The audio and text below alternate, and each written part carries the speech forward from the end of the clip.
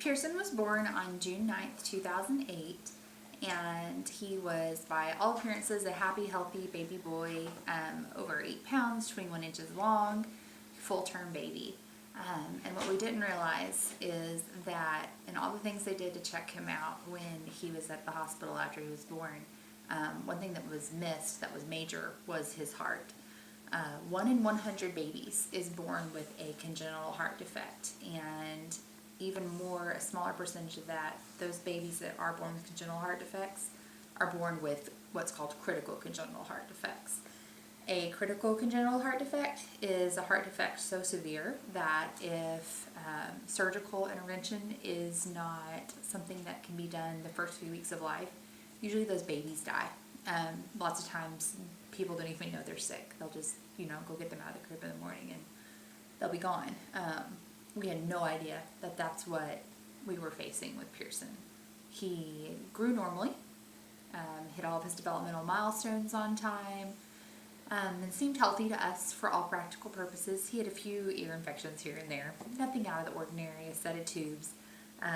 When he had his set of tubes, they took his blood pressure on his leg and it was low. That's not something that really is to be concerned, or at least we didn't think it was at the time. When we went in for his 3-year well child check after his 3rd birthday, our pediatrician took blood pressure on his arm, and the blood pressure reading was 151/91, and that's way too high for a 3-year-old.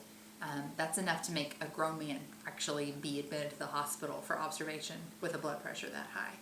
Our pediatrician sent us to Medical City Children's Hospital, where we were met by a cardiologist.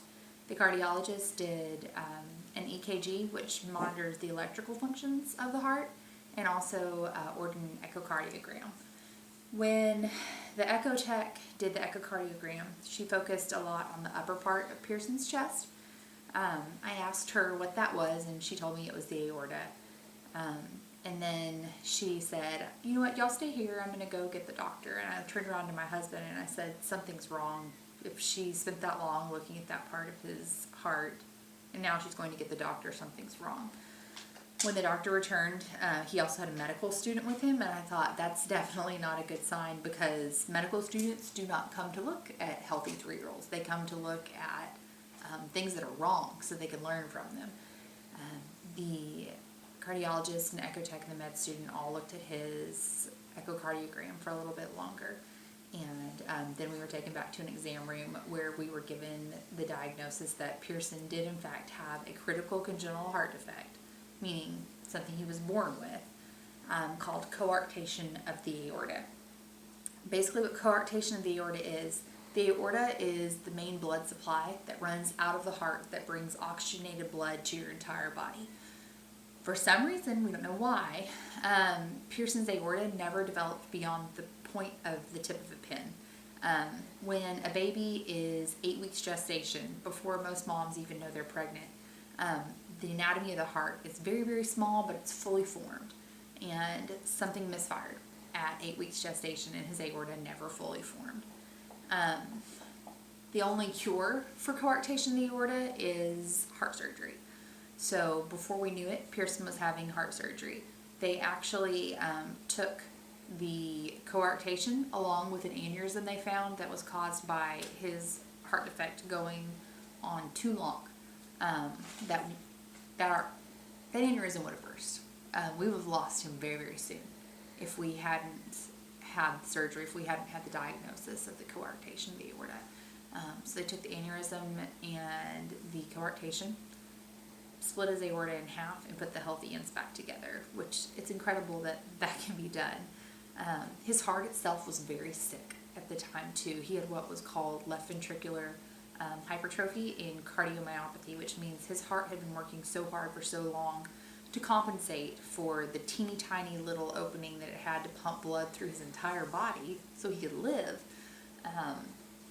that it was very sick, and his heart was hard and wasn't pumping correctly, so he was actually entering heart failure as well. And what's really scary to think about still even is that we would have lost him sometime in the summer of 2011 if this hadn't been found, and if he hadn't had surgery, he would have collapsed and there would have been no bringing him back. A ruptured aorta is not something you can do CPR to fix. It just is. And that's really scary. Pierson recovered really well from his surgery. He did have a stroke a few weeks after his surgery, and it left him with some paralysis on the left side of his body, and through extensive occupational therapy, he's now able to do things that any other 6-year-old would be able to do. He had to relearn how to do things like hold a pen and brush his teeth. Riding a bike when you only have one side of your body that's fully functioning is an enormous feat to conquer, but he does that now too. Took a lot of work and a lot of trial and error, but that's something that he can do that he's really proud of. And he rides along with his friends, and you'd never be able to tell if there was anything different going on inside of him than if it was just him and another 6-year-old side by side. Something else that he does that's really cool is he runs races, he plays baseball. These are all things that he's able to do because his heart is doing so well now. As far as his future goes, he may need more surgery in the future. We don't know. Only time will tell.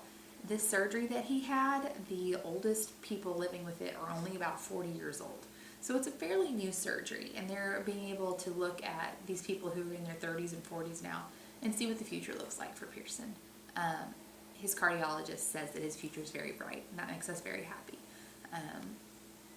Always, always, always have kids get their blood pressure taken on their arms. Always, always, always. If it hadn't been for that blood pressure reading, we never would have known anything was wrong, and we would have lost our boy.